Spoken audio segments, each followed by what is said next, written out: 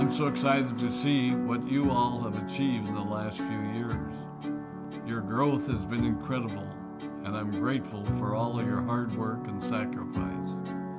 A lot of that growth has been brought about by new people coming into the business to take advantage of our generous marketing plan and effective product line. So I thought I would take just a moment of your time to share with you a little bit about where Forever came from and where Forever is going.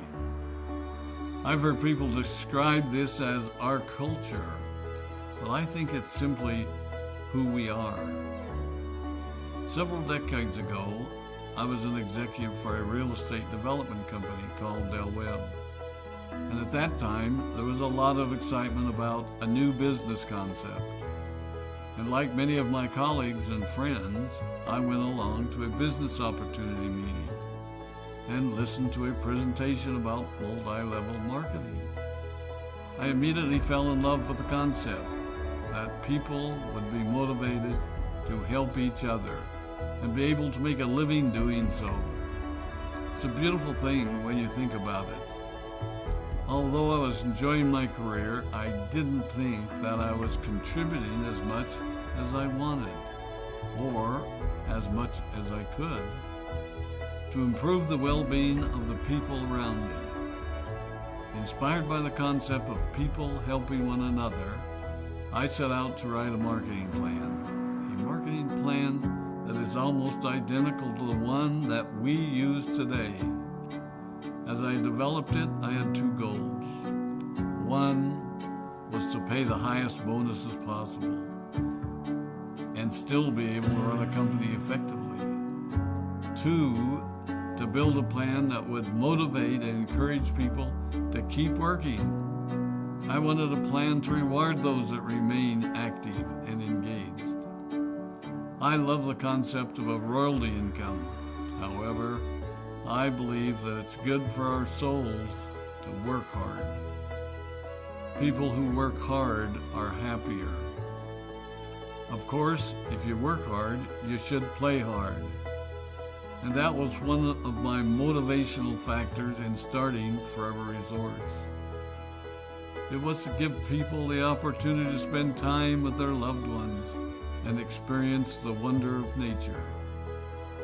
Next time we're together, maybe I can tell you more about my passion for our resorts, our rare animals, and spectacular natural resources. So, with the marketing plan prepared, I needed to find a product. And we searched around and looked at different opportunities. I was passionate about finding something that was effective, consumable, and that we knew would not be a fad. During my search, I met a group of doctors who had developed a method of stabilizing aloe vera. They convinced me of its efficacy, and we began testing the product, and were amazed by the results. We were in business. We had a fair and balanced marketing plan, a consumable, effective product, and the third ingredient, an absolute conviction that we could make a difference in the lives of the people around us. And while it might have been a bit presumptuous, we honestly believed that we could make a difference in the world. We put in generous return policies, customer service incentives, and began to build this business based on the principle of being nice to one another and helping others. The success was incredible, and we grew rapidly until Christmas of 1982. I was sitting at home with the family, and the phone rang. They informed me that there had been a freeze at our aloe plantations in Texas, and that all of our aloe was destroyed.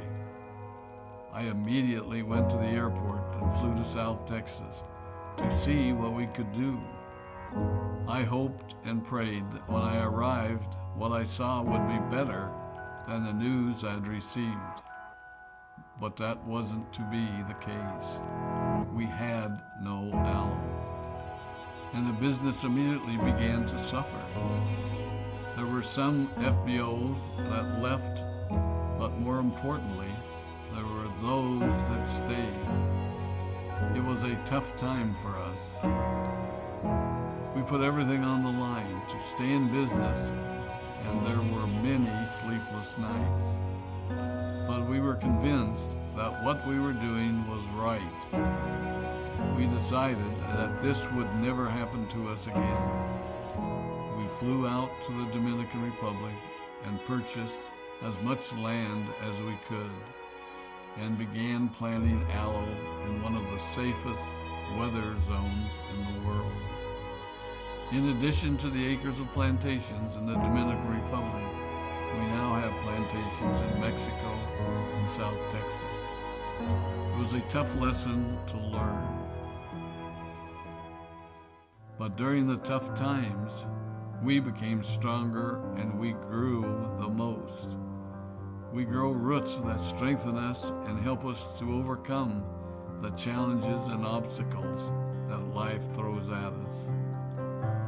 I have learned that solid principles and core beliefs do not have a sell-by date. It is never old-fashioned or out of style to be nice to each other, to honor your commitments, and to treat people how you would wish to be treated. I recognize that many of you might not have heard about our beginnings, as you are new in the company. I am thrilled that you're part of our Forever family, but I ask you to be mindful of the foundation upon which this company has been built. Forever was built on the principles of paying the highest bonuses possible, providing the most effective and highest quality of product, and empowering people to serve one another. There are no shortcuts to success in our business. Of course, the speed at which we reach certain levels may vary, but the fundamental principles remain unchanged and will remain unchanged as we continue our journey over the next 4 decades and longer. There will be times when a pathway will open up to you that will tempt you to take a shortcut, to buy a little more product than you may need, to make a purchase in someone else's name, or other ways in which we are tempted to give up what we want most for what we want now. Never forget that you're a part of something special, a business that has been built upon taking the road less traveled. It may not be as fast and as shiny as you might want it to be, but take it from me, the road less traveled is more rich, more wonderful, more fulfilling, and more lasting than you can ever imagine. We love you, we appreciate you, we are proud of you. My name is Rex and I